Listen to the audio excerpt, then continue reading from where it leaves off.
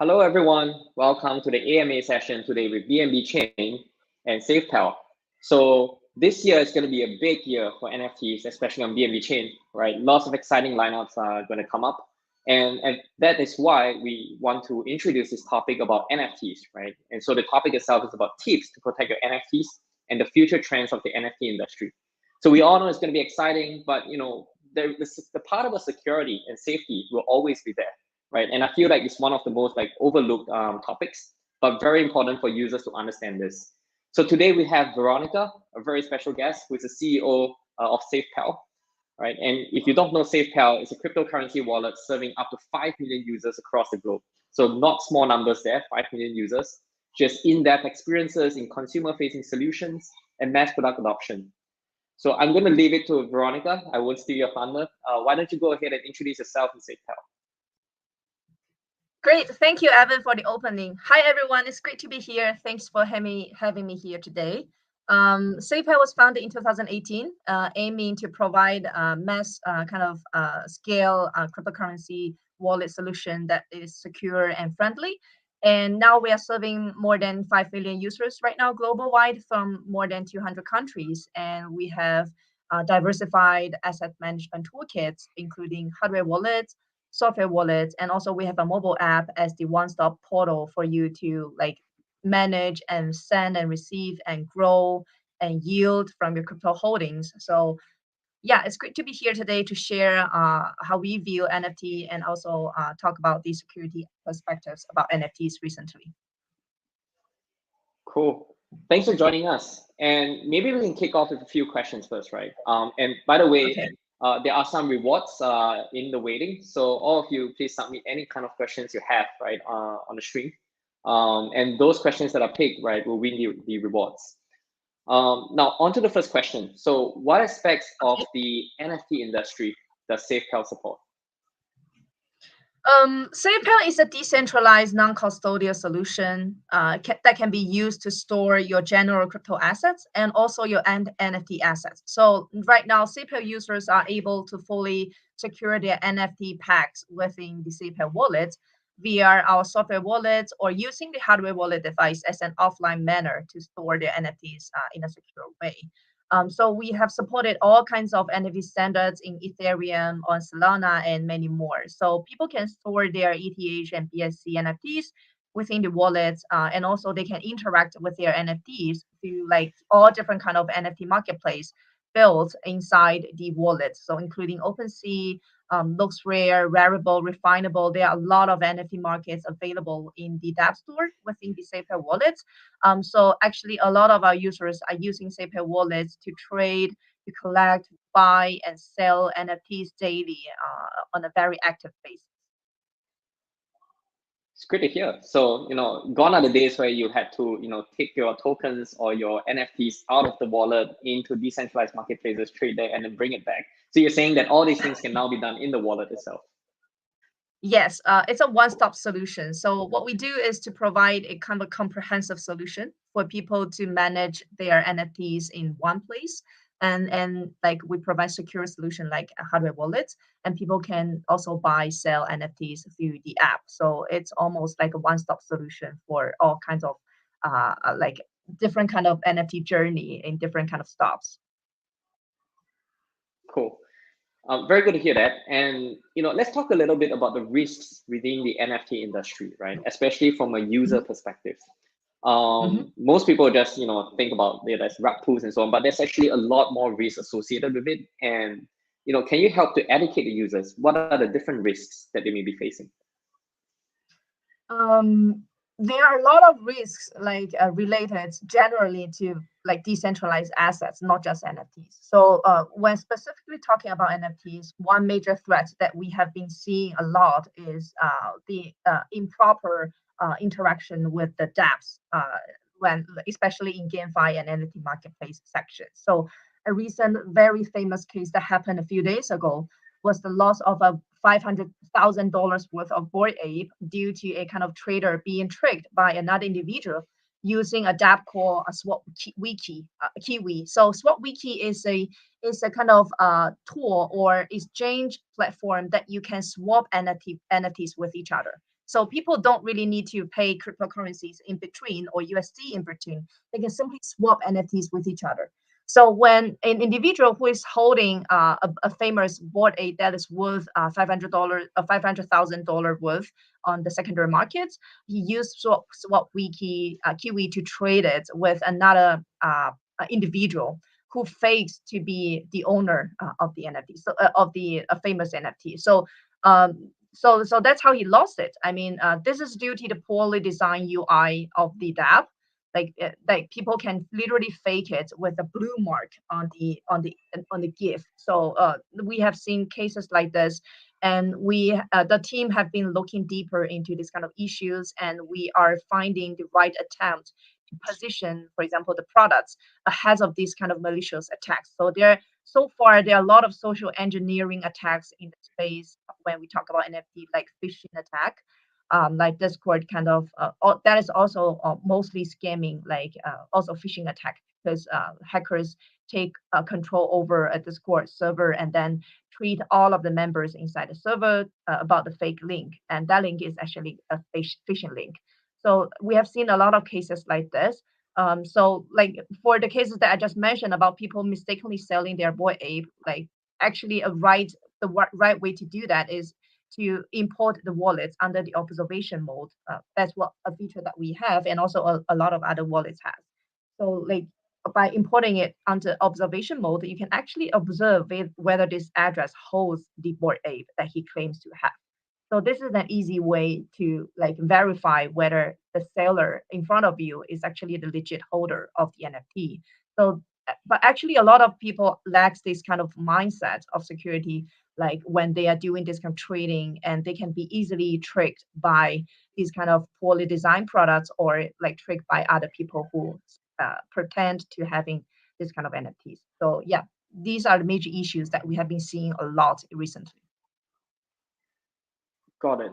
And it seems like there's a lot of different like ways they can trick and attack, right? Because you mentioned Yeah.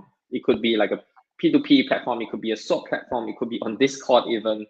Um, so how much of it is on the systems and how much of it is on the users? I think half. Like the case that I just mentioned about $500,000 worth of board A being mistakenly like tricked, or that I can't really say that is stolen, because he willingly traded the NFT with the scammer, right? But without knowing that the scammer didn't actually hold the NFT. So this is actually like obviously firstly due to the product design, because the platform didn't really verify whether a user it belongs or is an actually owner of a piece of NFT. And also, it's also the mentality of the user that he really didn't verify, because all blockchain transactions are irreversible, right? So once you send over the money, you can't really get it back. No one can retrieve it. So people should always have this kind of mentality or mindset to double check and verify before sending the money to others.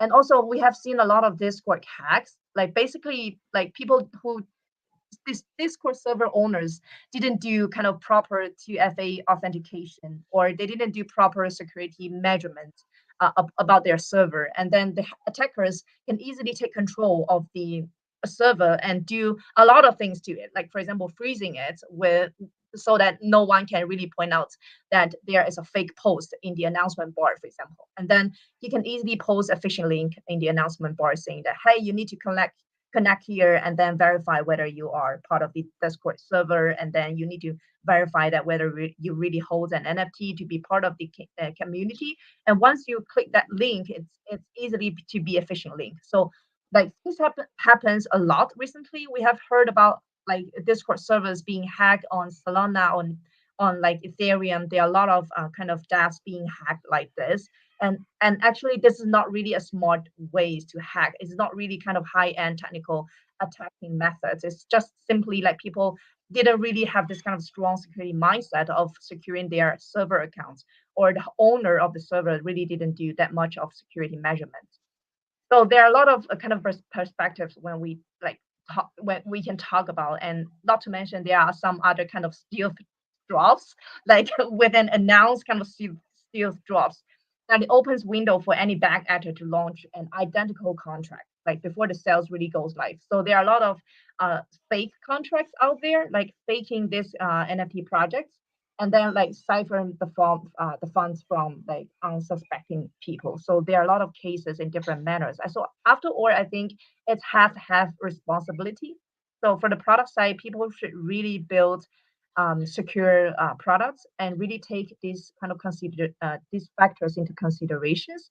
And also for all of us participating in the ecosystem, we should be more mindful of these potential threats. And usually before these kind of cases happen to ourselves, we might think that it is far away, but actually when it happened, it is already too late. Cool. Thanks for that comprehensive answer. And I think the lesson learned here is you can never be too cautious. I remember when I started my NFT like trading days, I would go to the Discord channel, right, and click on the link because I believe that is safer than links I see outside. But that is not true anymore. Like I don't trust links in Discord anymore. And now I would like Google and look at the first. Again, like even that it may not be secure, right? Because I have seen some cases where the NFTs, the fake NFTs, actually advertise themselves to be at the top of the search. So Exactly. you can never be too cautious. Exactly. Cool. Like we have seen like even Go ahead. Go ahead, please. No, go ahead. Yeah, I mean, you mentioned that like fake ads in Google. Like we have been taken a lot of this kind of fake ads and fake websites down in the community, and we have seen the similar cases happen to like Pancake, to a lot of other famous dApps. Like when you search for the domain name in Google, actually the first link that you saw is a scam link. So this is so disappointed, and it takes every legitimate team huge effort to take this kind of malicious things and fake websites down. So it's kind of frustrating sometimes. So it's also a frustration for users, especially for those newcomers. They don't really have a sense about this. They can be easily tricked into the fake platforms. That's great to know because I think to the users who are listening in, right, you must be interested in this topic. And I think one thing you need to realize is that there are people and teams, like many of them out there, who are trying every method they can to actually kind of scam people of their money. And they're using, like, sometimes they're using advanced methods, sometimes they're just using this very simple methods. But again, there's a lot of discretion that users need to have to make sure that you are not part of this, all these malicious attacks. So that brings me to the next question, right? What are some of the toughest security challenges you have faced, right, in this NFT landscape? And how did, maybe that the Safepal team has come across, and how did you all kind of resolve it or approach it? Yes. Actually, this is a great question because recently we have encountered several cases or several reports from the users saying that, hey, I actually see some unknown NFT drops in my wallet. And actually in my NFT assets list, I see some unknown kind of NFTs displayed in my wallet that I don't really know where they come from. Like it's so strange. Is it like legit or should I just hide it? Or sometimes people reached out to us saying that, hey, I know this is a scam token. Like actually this is an NFT. It's a bait, like triggering my attention here. So can I hide it? So like previously, like a lot of famous NFT projects can like simply do airdrops to their previous kind of first round of NFT seed users. So these kind of marketing strategy has gone popular like in the last year till now. And recently scammers has adopted this strategy as well. And by dropping like kind of the base, the NFTs, it's actually a piece of image. Like there's no meaning to it. Like, but simply because it shows up in the wallet, it gains your attention, and then it's no wonder that people are gonna be lured to the platform searching what is this exactly, and then there will be phishing links prepared for you in Google searching results on the website. So we have seen like people being distracted by this, and this is super bad. So we have been like actively working and iterating the products. So firstly, at least to enable people to delete or hide away some malicious NFTs. And secondly, we're thinking of embedding some mechanism to do verifications, like to warn users about, hey, you have an unknown NFT that comes to you without any action from you. For example, it is not bought by you, it is not traded, or it is not like kind of swapped by you. It simply appears and show up in your wallets, and this could be a malicious kind of NFT. So be mindful. So we are thinking of doing this kind of notification, like or we toast or show up in the NFT assets when these situations happen to prevent this kind of situation from happening again. So we have seen a lot of this kind of similar cases, and this is one of the most interesting case that we have encountered and ran into. Like users are bothered by these fake Interesting. NFTs, and they really don't want to pay attention to that. And some people really believe in it, and then like being scammed by the fake links. And honestly, there's no better way for us to to protect or retrieve the funds. So that would be so bad. So we are thinking of upgrading in the next version, of enabling people to hide away, and also to adding some warning sign inside the wallet when people see unknown NFTs coming in that is not traded or that is not bought by the wallet owner. Interesting. And this is a bit of my personal experience as well, because I actually have a wallet on another on Solana network, and I remember that.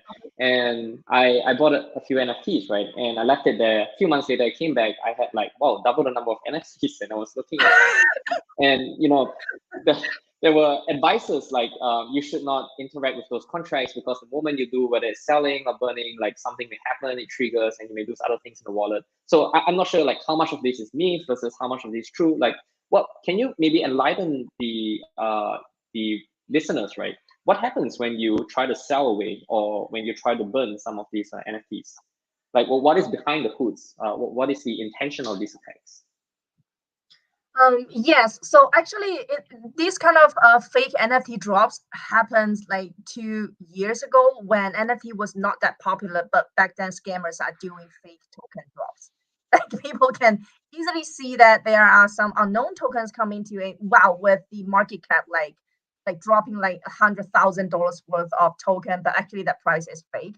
And or they with no price, and then the amount is huge, like a million like tokens of like I don't know ABC tokens. So this is not really a new tricks to trick people to buy into the concept.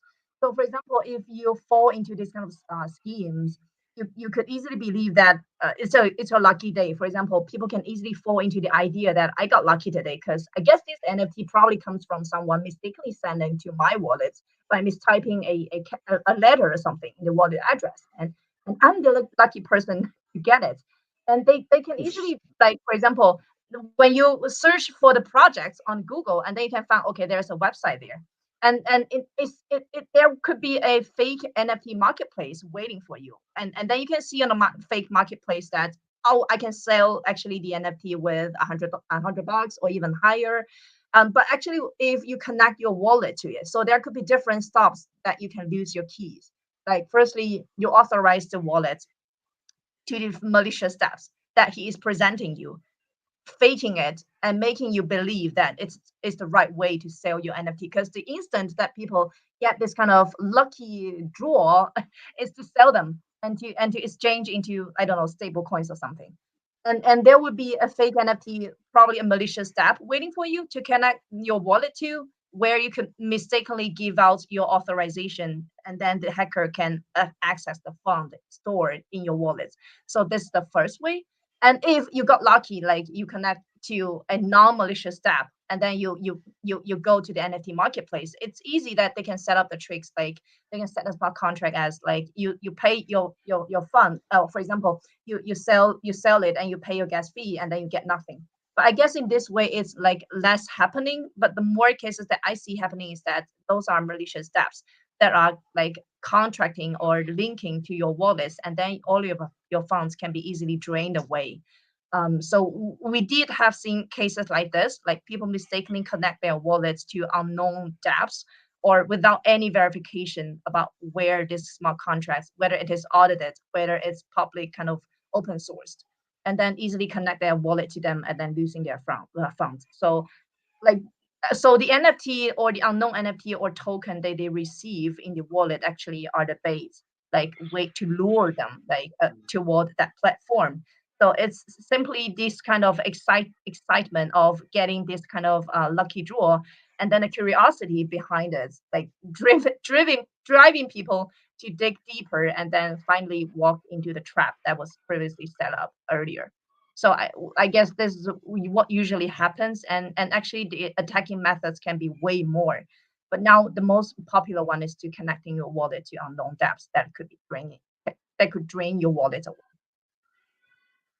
Cool. Makes sense. And with today's URLs, right? Last time it used to be just like .com or .org, and now you have .io, .finance, so many things. Yeah. Sometimes it's actually easy to forget and just type the wrong thing in.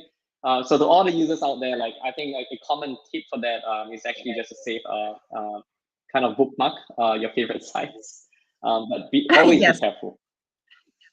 exactly. Um, So there is an interesting question from a user.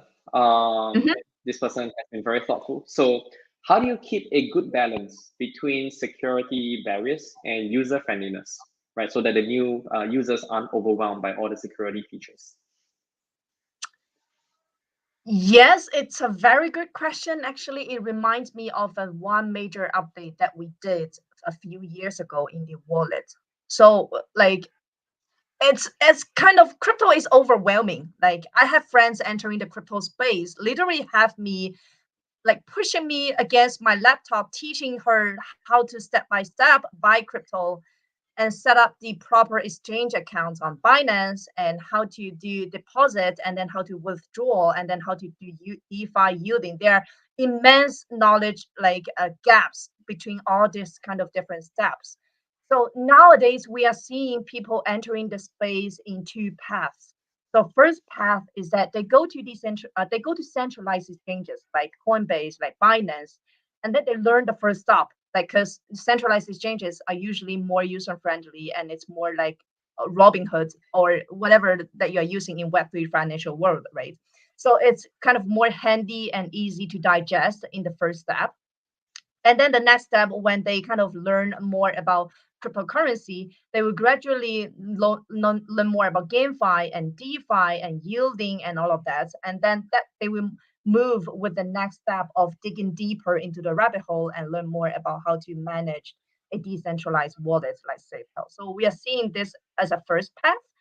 And the second path is even more difficult. That is from the NFT space. Like we have seen a lot of fans and also game players in like kind of art world or in gaming industry or in fan kind of communities jumping into the NFT space without any necessary knowledge, like preparation about how to properly hold or store the NFTs. So most of these users enter the space without even setting up an exchange wallet. I guess the one single thing that they has is an MetaMask account, and that's it. And that already spends some like maybe a whole day to get to set up and then to learn how to use it, right? So and then they straight go ahead to play with GameFi, DeFi, and NFT-fi, whatsoever concept that is invented here.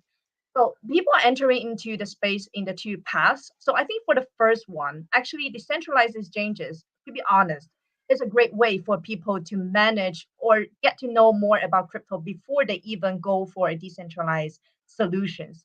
Because imagine a crypto beginner who has been using WhatsApp, Facebook, Google that can all be retrievable and resettable accounts finally get to hold their own private key. I mean, this could be a disaster for normal people like our friends or my parents.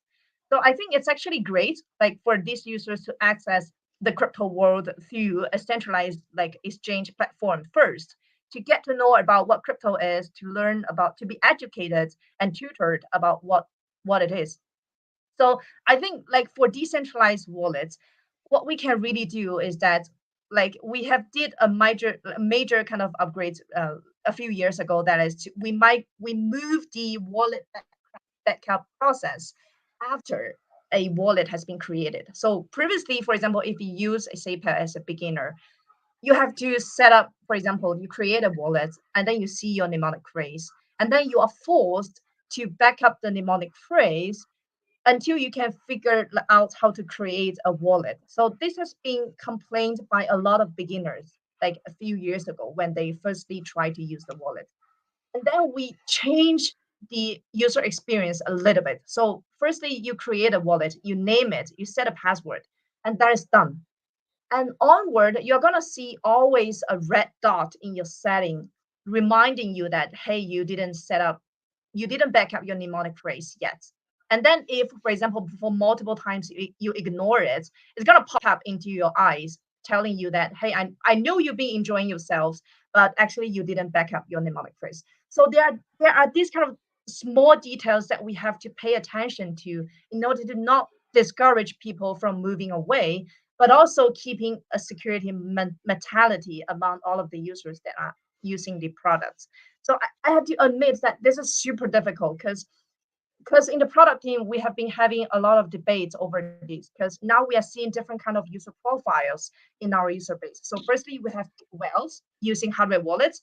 They are totally fine. They're not moving. They're simply sitting there and with the big wealth behind their back. And I mean, for those group of people, they are safe. And then we have the active trader. Like, well, honestly, they are highly speculative. They are doing trades every day and swap and trade every day, and they have the proper knowledge on how to use the products, and they know what they're doing. So for this group of people, they are also safe. But the biggest trouble is that a lot of crypto beginners entering the space, holding their NFT, trying to find a safe place to store it, for example, as a Safepal S1 hardware wallet.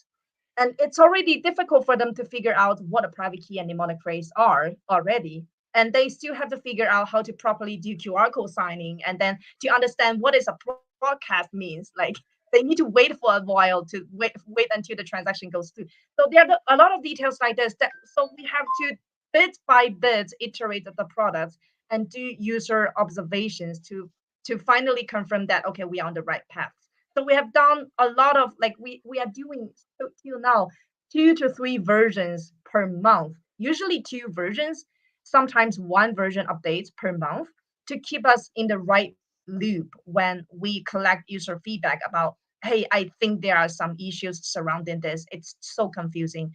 And we are also observing of the conversion rates, about the success rates of how people literally set up the wallet. So I have to admit that this is a continuous process. There's no shortcut to it.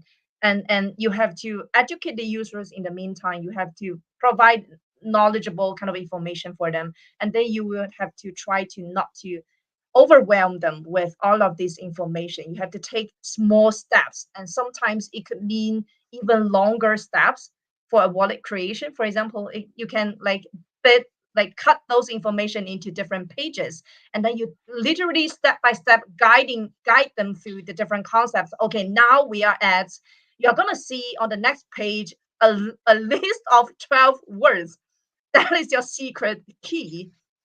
And be prepared, make sure that you're in a private environment with no one peeking around, with no other people aside you, and get prepared. You're gonna see it by clicking next. Okay, and then click next. There will be another pop-up saying that, hey, this is super sacred. So be sure to keep it to yourself. So there are a lot of these details to mind people about these deep security kind of details, and there's no better way around because people rushing in here and then they are trying to grab the information and the knowledge as fast as they could because people rushing with a lot of desire and rush of I need to get this quick or else I'm going to lose the opportunity, I'm going to lose my chance to get my financial freedom, etc. So people have this different kind of expectations, and we have to take this, cut it into small pieces to make sure that each step they're guided through the different process without any mistakes made in the middle way.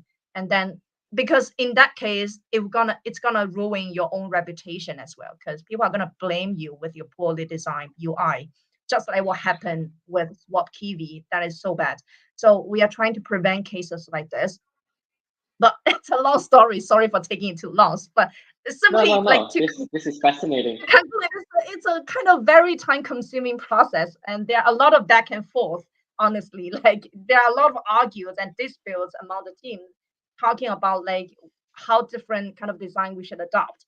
But honestly, it is still far from perfection. We are still doing a lot of updates of every details here. So like recently we have been doing our testing on our like soon to be launched extension wallet. So there are these kind of arguments going on and on again, like when we introduce the new features in that wallet. So Yeah, this is a great question. So thanks for asking. No, it's a fascinating topic, right? And I think in the old world of Web 2, right, people have grown like over reliant on centralized companies to help them manage everything, right?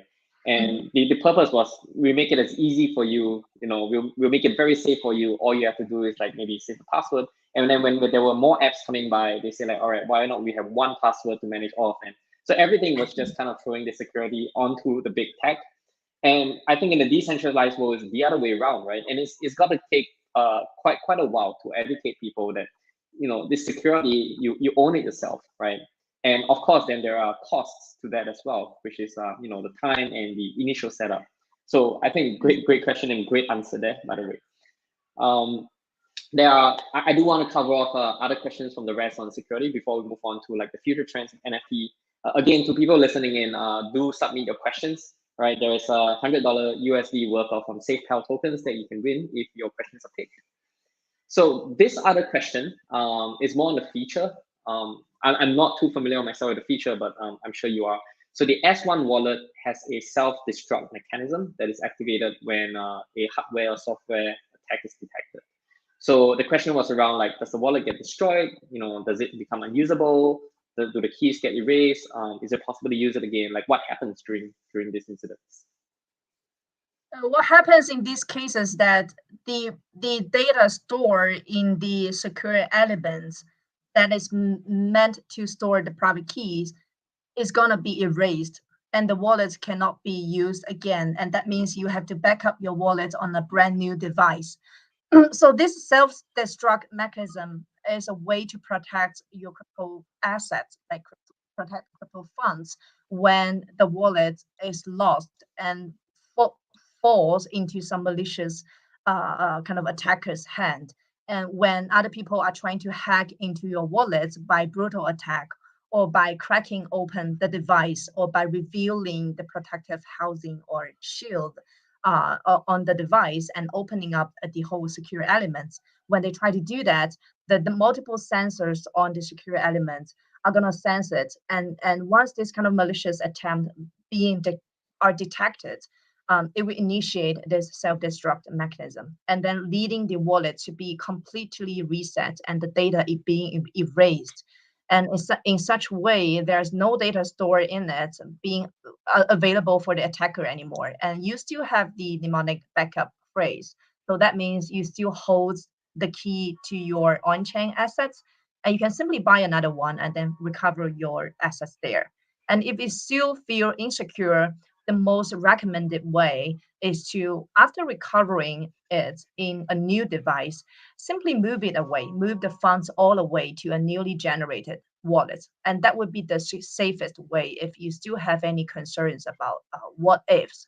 So like we usually encourage people, like when they lose their, for example, mnemonic phrase, or when they notice that some of their funds in the wallet is kind of stolen. Like for example, when they access some malicious smart contracts, and the smart contracts train them out of some types of assets, but the rest of them are secure. So we usually strongly recommend people to create a brand new wallets and then move their funds there. So it can also apply to the situation where your hardware wallet is lost, missing, damaged, or whatsoever, and then you can you can recover the wallets on a new device, and then you can simply move all of the funds away to a new like kind of empty wallet. Hope it makes sense. Cool. No, it makes sense. And I think it's pretty foolproof, and there are certain options there as well, which is good for users. All right, let's switch gears a little and let's talk about the future state of NFT, right? Maybe we can start off with a more generic question. So where do you see what trends do you see in this industry? Where do you see the NFT industry in 5 years? 5 years is a pretty long time in crypto. Maybe like 2-3 years. Yeah, it's a very difficult kind of prediction, like because it's still in a very young stage, like it's still in infancy stage. And right now we are seeing NFTs being more adopted in art, in game, and partially in kind of entertainment industry, like for example celebrities issuing their own NFTs. Well, I think another very interesting scenario to see for the NFT space is that NFT used as the on-chain identity. That actually this concept has been talked a lot, like several years ago when we first saw the concept of non-fungible tokens. So we have like internally, like I am and my co-founders management team have been talking a lot about like people have their on-chain identity. Like now people treat their wallets or treat their wallet addresses as the on-chain identity because that is the only ID that you're going to prove you are you on this chain. And then maybe on another chain you have another address and then you have another identity. And what would be interesting is that there could be a universal NFT standard that applies to multiple blockchains because right now the honestly the blockchain experience on in the crypto space is highly fragmented. So that means, for example, when you are playing around in the BSC ecosystem, you literally don't have any connection with other chains. There is zero or very low interoperability between the chains. So this actually creates a lot of confusion among the users, and especially for those beginners or masses to come in the near future. So I think NFT is a great concept that we can not only adopt in what I just mentioned, like art, gaming, or whatever things that have value and that cannot be fungible in the future. It can also be used as the on-chain identity kind of standards. But the problem behind that is that we are looking or we should be looking toward a universal NFT standards that is breaking the bridge or that is breaking the barriers between different chains and then can bring all this information together. So now we are seeing some projects building a relayed layer, like building a relay layer to connect different chains and then to fetch the data of these chains and then build another solid data points for people to manage and access their on-chain, I don't know, profiles and identities. And so we are seeing social fi, of course, like people are building things like this. And the whole concept behind it is there should be a unique ID to prove that you are you and to track your on-chain activities to track whether you're eligible for some kind of DAO or maybe some kind of governance and something else. So this would be a very interesting topic. So also a topic that we are seeing real changes being made in the crypto space because we are seeing like recently we have been talking to a lot of energy projects building concepts like this already. So like it's pretty exciting to see like for example Nike, Adidas, like LV, Gucci entering the space in especially in NFTs. It's also like, kind of very interesting to see governments being part of the NFT industry as well. Because in China or in UK, we have seen some successful cases, and even in Ukraine, like right. So because for example, recently, like a few months ago, Ukraine has begun using NFT to raise funds to charity purposes. And we have seen like UK Treasury also minting NFTs for the first time. So it's pretty exciting to see governments being involved into this trend as well. And we are very excited to see like more NFT applications that can be used in traditional kind of world mirrored in the blockchain ecosystem. Like for example, on-chain identity, or it's a one and unified ID to identify your profile, and then all of your on-chain activities and data or metrics are connected to it. And then it becomes your one and only ticket to access all different kind of cross-chain ecosystem, including metaverse. So this is a very interesting concept that we have been talking a lot. So I think it's totally workable and possible because we have seen projects building surrounding this concept already, and I believe this should be the right path. Like looking for future massive adoption when we are talking about billions of people being part of this revolution. Yeah, it's just some Yep, yep. personal. No, I think it's on point, like really spot on. Most projects that I talk to, the end goal will be cross chain, right? The end goal will be interoperability, right? Mhm. And there are so many use cases for it. You could go into the metaverse.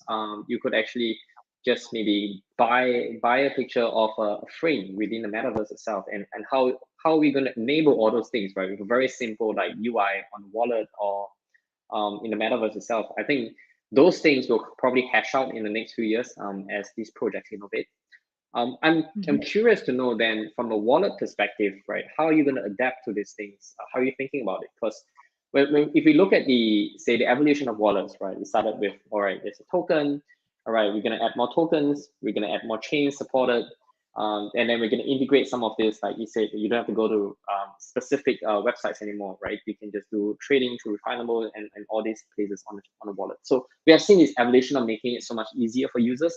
Now, then when it comes to all these other users that you talked about, like I'm curious to know how you're thinking about embedding these experiences easily within the wallet. Yes, actually, the reason why we built Safepal as a multi-chain wallet is that, like, we believe that this should be the easiest way for people to manage their assets. Honestly, for a normal people, like, for example, my friend who is forcing me to teach her about buying crypto, and some other friends who like recently heard about crypto and curious and haven't entered the space. Like for those people who are used to WhatsApp, Google kind of Web2 model, like the easiest way for them is that firstly they care about more user experience other than security in the first place. I mean, in the first place, of course they care about security, but they simply in the web2 world they get so used to the accounts being able to retrieve, or they can simply reset passwords, these kind of concepts, that the user experience is the first thing that struck them when they hold crypto in their hands. And so like this is one the most kind of important factor that we have to take into consideration when we are developing products for these users.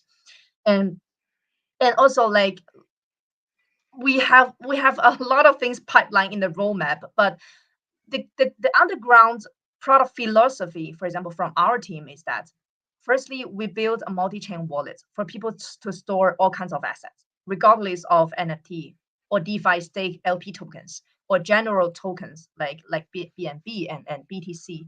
And we need to create a hub where people can safely put their money in, all kinds of money in one place. And secondly, we have to think about providing management toolkits to make the crypto assets management easier for everyone. Like it is, if we look back 4 years ago, 2018, back then there was no DeFi, there was no NFT. People simply buy token out of speculative purposes. So they simply hold it and then buy low and sell high. So this is the only strategy that we saw 4 years ago. And then later on, like people seeing more diversified kind of measures or ways to grow their crypto wealth. We have like 20% APY stablecoin yielding. We have 100% APY kind of staking, etc. So we are seeing a lot of this highly speculative toolkits for people to grow their assets. So the underneath demands or the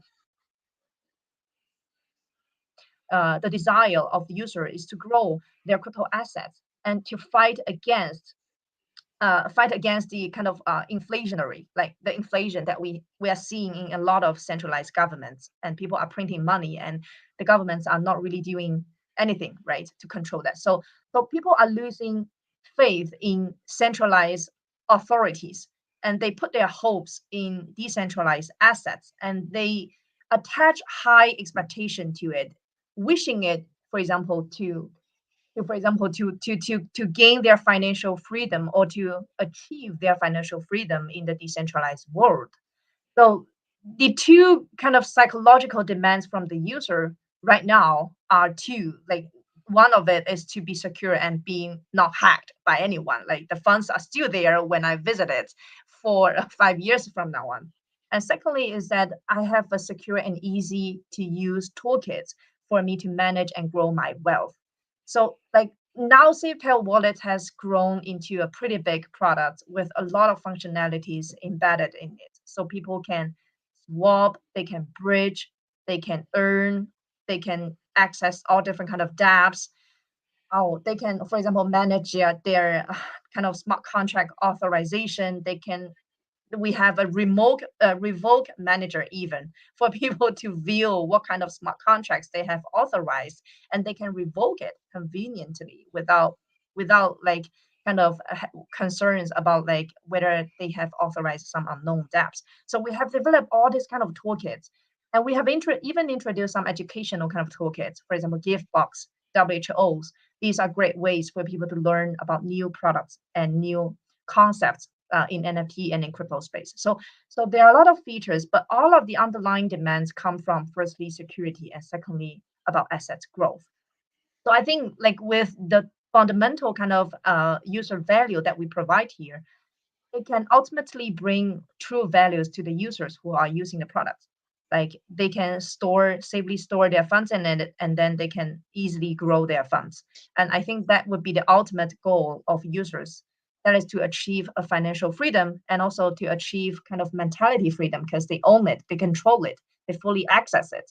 And this gives them 100% freedom over their assets compared to right their centralized banking accounts doing what the centralized governments are doing to them. So I think like I guess this is a little bit off the topic. so but, but overall, No, no, yeah, no. It's these kind great. of some of the underlying philosophy that we have been thinking. So I'm not gonna unfold all of those features that we have been building. Honestly, yes, a lot of chains to be added and different types of wallet to be built.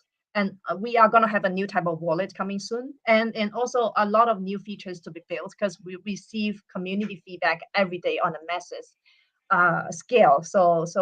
And also from the customer support channels. So we have been listening to people who are using the product. So I think yeah, we're still on the right track. And from the user growth that we are seeing, I believe that we are still on the right way. Cool. No, great to hear that. And I think great to hear that you are very thoughtful, right, around the whole evolution of this and how users, how you're protecting users. And, I still remember a good friend of mine actually said like, when you compare like actual money he has in his actual wallet, right, or bank account versus the money or tokens that you have in your wallet, we are typically more reckless in using our tokens on our crypto wallets for some reason. Maybe because we don't see it as I don't know, maybe we don't see it as cash, maybe we see it as investable assets, but definitely we're shelling like a lot more money on NFTs and stuff that we wouldn't usually do in the actual world. Yes, Yeah, indeed. it's funny, There are but a lot it's of true. I guess it's because like crypto world is not 100% packed to the real world yet. Like in real world, you can easily calculate, okay, like $10, I can buy how many cups of coffee already, or how I can buy how many meals already. And in crypto, like there is no mass scale kind of off-chain utilities in real life yet. So I guess that is also why there's a gap of the mentality here. People cannot really connect the true value of those crypto assets with the real world because basically, indeed, there's no this kind of formula to do the proper calculation, right? So the only thing that we can rely on is the stable coins, but even that sometimes didn't really give us the right sense because there are exchange rates compared to the local fiat currencies. So yeah, that is totally reasonable. And yeah, a lot of my friends are doing the same thing. Like they are crazily stocking NFTs without any proper sense about how that literally works. Yep, yep, and all the more, right? When people are more reckless in that sense, you gotta have more safety mechanisms, and that's why we're talking about this topic, right? Um, Look, there's been quite a number of questions regarding the roadmap for Safepal. So I think you touched on some of them. I'm not sure if you touched on all of them. So why don't you enlighten the listeners? Like, what do you have in mind over the next like 12 Uh, months? Too much going on. yeah, too much. I mean, we have talked about all different kind of touching points. But if and always if I am asked about Veronica, what are you want, like what do you look to share with the audience, like it's free and open, I usually talk about security. Like I always want to take every chance or opportunity that I have to educate users about like how to properly manage your own funds. And there's so many kind of knowledge like out there waiting for people to learn and to adopt, like when they learn how to master the crypto assets. So I always want to talk about that. So security is the most important thing. So I simply want to share that it's it's like very critical to make sure that your mnemonic phrase and seed phrase is secure. But nowadays, as there are a lot of different attacking methods in the space already, it's not just enough to simply hold your key in your hands, but also you have to be mindful of your on-chain interactions with the smart contracts. Do not connect your wallet with the sites that you don't trust or you haven't verified. And make sure that you always access a decentralized application that has been audited by prestigious institutions. And make sure that you always disconnect your wallet from the dApp. I mean, shit happens, right? Even some prestigious smart contracts get hacked, and Poly Network and a bunch of others. We can name it endlessly. So, like, always remember to disconnect your wallet when you finish using it, and then you can be coming back to the normal status with the wallet clean, and then you can simply focus on the private key storage. And consider using a metallic board to store your C phrase or mnemonic phrase. I think that is also essential because too many people wrote their mnemonic phrase on a piece of paper and then told us that he had a fight with his wife, and then his wife tore the whole piece of paper in front of him. So we literally heard about cases like this. Or his house cleaners like clean up his bookshelf, and then all of a sudden a piece of paper was cannot be found anywhere. And we have heard about things like this happen. So next time, try to use a better material to store your mnemonic phrase. Do not simply use a piece of paper, because it's not against water, fire, or corrosion.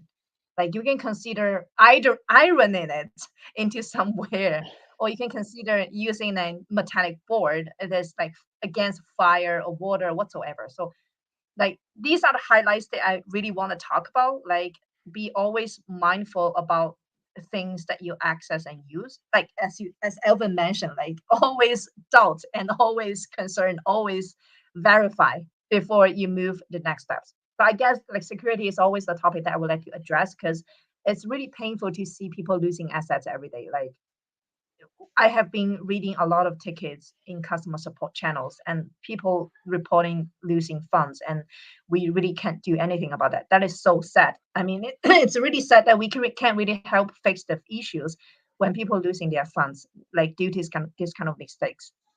And I think it takes it takes every one of us the chance to really shout out to everyone, and I mean, in front of the camera, or everyone who's watching this live stream, like, when you are holding crypto, I wish you a successful and fortunate and lucky crypto journey. But at the end of the day, you need to live up to it, right? You need to get the chance to make a long lasting investment in the long term, not just like go for one shot and then lose it all. So I think security mentality is a very important thing that I'd like to share, and I've been sharing, like, in all different kind of cases. So thanks for thanks for letting me freestyle here, Evan. No, that was great. And how I like to put it is, at least personally, I always have this mentality that, all right, every day, every moment, there is always some kind of attack waiting for me. And, I always have to be mentally alert, right, to make sure that I don't fall to these scams. Yeah, it's kind of So very anxious sometimes. Yeah. it is. But, there are freedom, freedom of money. There's a lot of other kind of things that happens. And right now, I would say we're still in the early stage, in the discovery stage, right? And a lot of things will change later. But it always Yeah. starts with education. I think it always starts with user alertness. That will not go away. Yeah. So we are at the end of this session. I myself, I've learned a lot from you, Veronica. So thank you so much for joining us in this AMA. Thank you to the wonderful audience who have been listening in and kept the questions coming. I see them streaming all the way as we continue this AMA. So thank you so much. All right, I think that's it. Veronica, any last words you want to say?